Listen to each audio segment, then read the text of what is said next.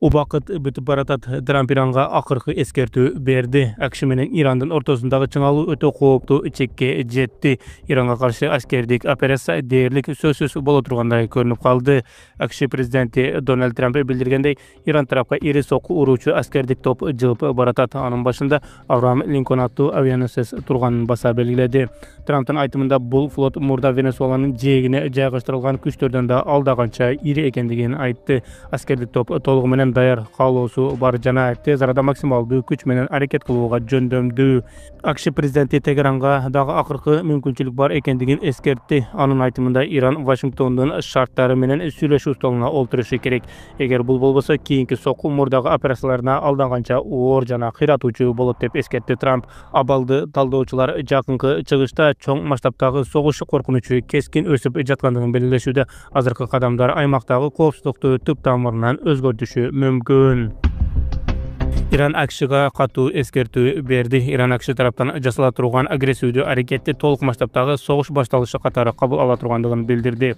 Мындай билдирүүнү Ирандан жогорку лидери Аятолла Али Хаминейдин кеңешчиси Али Шамхани жасады. Анын айтымында чектелген сокку деген түшүнүк иллюзия. АКШ кайсыл жерден кандай гана деңгээлде болбосун аскери аракетке барса, бул согуш деп бааланат жана жооп дароо берилет. Хамшани X социалдык тармагындагы жазган билдирүүсүндө Ирандын жооп чаралары АКШга Израилге ошондой эле бул аракеттерди колдогон өлкөлөргө каршы багытталарын белгиледи. Региондогу кырдаал барган сайын курчуп, жакынкы чыгышта чоң кагылышуу коркунучу күчөп бара жатат. Москва шаарында жашап жана эмгектенесизби? Медициналык кызматтар керек, бирок алар сизге кымбат жана сапатсыз сезилет. Умбем клиникалар тармагы сиздерге өз кызматтарын сунуштайт. Бүгүнкү күндүн талабына жооп берген заманбап жабдыктар менен кесипкөй дарыгерлер сиздерди күтөт. Бизде сиз стоматолог, тиш дарылоонун бардык түрлөрү, уролог, невролог, лор, терапевт, хирург, окулист, педиатр, УЗИ жана башка дарыгерлердин кеңешин алып дарылануу мүмкүнчүлүгү бар. Умбем клиникалар тармагы бул жогорку сапаттагы медициналык жабдыктар менен камсыз болгон профессионал дарыгерлер. Сиздердин ыңгайлуулук үчүн Умбем клиникаларынын Москва шаары боюнча 3 медициналык борбору иштейт. Өзүңүзгө ыңгайлуу даректи тандап медициналык кызмат алсаңыз болот. Ушул ай ичи бизге келип төмөндөгү кызматтарга арзандатуу менен медициналык кызмат алыңыздар. Ден соолугуңузга кам көрүүнү эртеңкиге калтырбаңыз. Умбем клиник Москва. Украинада кырдаал курчуду, элдери көчөгө чыгып жолдорду тосушууда.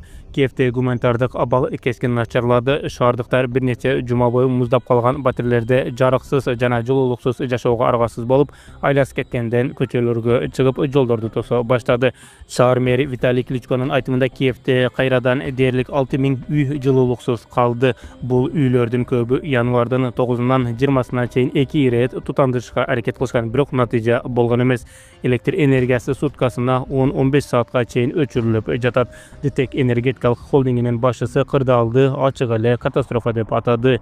Вице-премьер Алексей Кулебанын маалыматына караганда, Киевде жана Черниговдо 1 миллион 200 миңден ашык адам жарыксыз калган. Адистер эгер абал тез арада өзгөрбөсө, борбор шаарда социалдык чыңалуу дагы күчөйүп тургандыгын эскертишүүдө. Киев үчүн эң оор күндөр али алдыда болушу мүмкүн.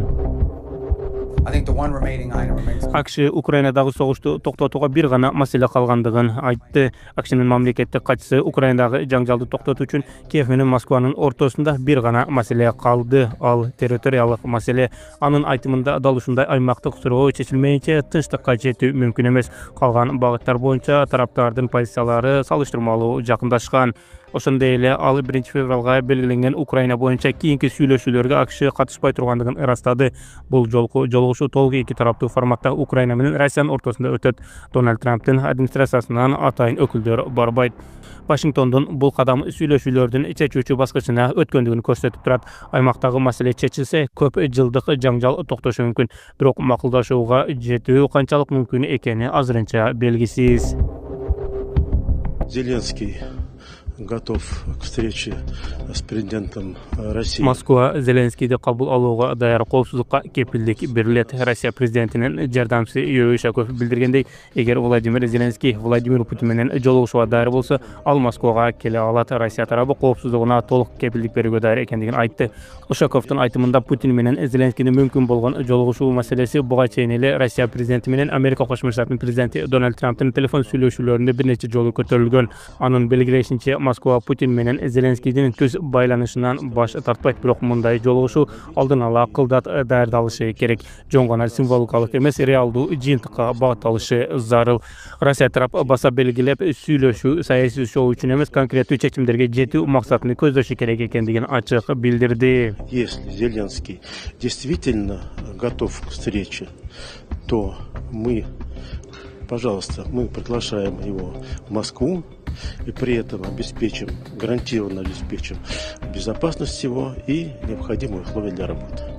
2026-жылы Украинадагы согуштун 3 ыктымал сценарийси жазылды. Америкалык The Wall Street Journal басылмасы Украинадагы согуш 2026-жылы кандай пунктта өнүгүшү мүмкүн экенин талдап, 3 негизги сценарийди атады. Аналитиктердин баамында алдыдагы жыл чечүүчү болушу мүмкүн. Биринчиси, согушта сүйлөшүүлөрдө уланат. Россия тынчтыкка баруунун негизги шарты катары Украинанын куралдуу күчтөрүнүн Донбасс аймагынан толук чыгып кетишин талап кылууда. Киев бул шартка макул болбой жаткандыктан, согуш талаасында кагылышууларда, дипломатиялык сүйлөшүүлөрдө параллелдүү уланышы мүмкүн. Экинчи сценарий, Украинанын ресурстары түгөнө баштайт. Экинчи сценарий боюнча, Украина аскердик, экономикалык жана адам ресурстары жагынан олуттуу басымга кабылат. Мындай шартта Киев жагымсыз, бирок толук кыйроодон жакшыраак болгон келишимге макул болууга аргасыз болуп калышы ыктымал.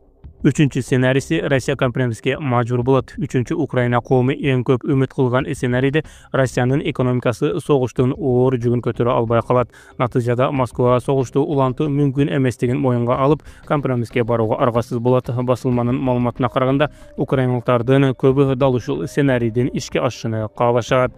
The Wall Street Journal белгилегендей, кайсыл сценарий ишке ашары азырынча белгисиз, бирок 2026-жыл Украинадагы согуш үчүн бурулуш учур болушу мүмкүн.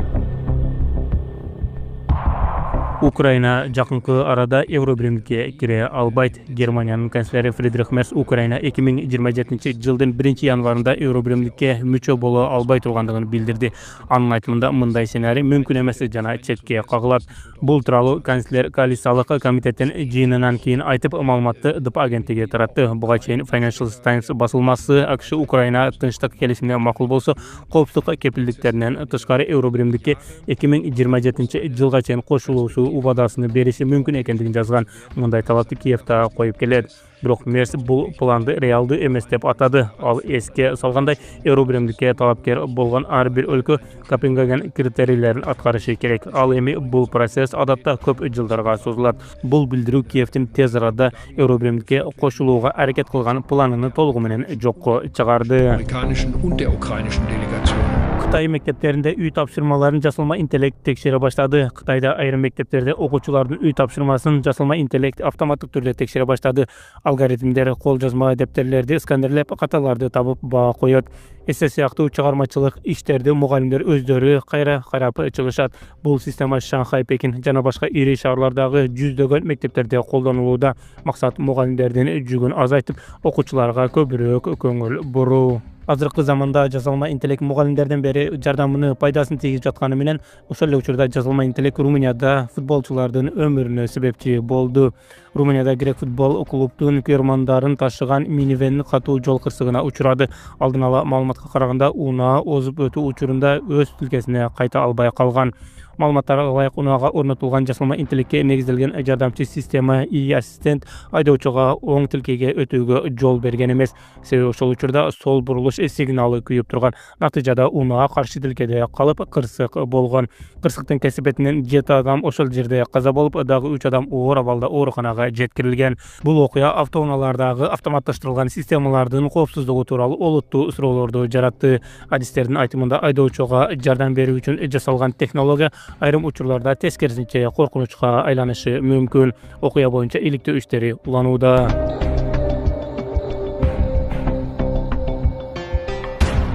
Videonu ayağına çeyin көргөнүңүздөр үчүн чоң рахмат. Сиздер менен ар дайым Кудай Бек Шамиров болду. Кийинки видеодон көрүшкөнгө чейин аман туруңуздар.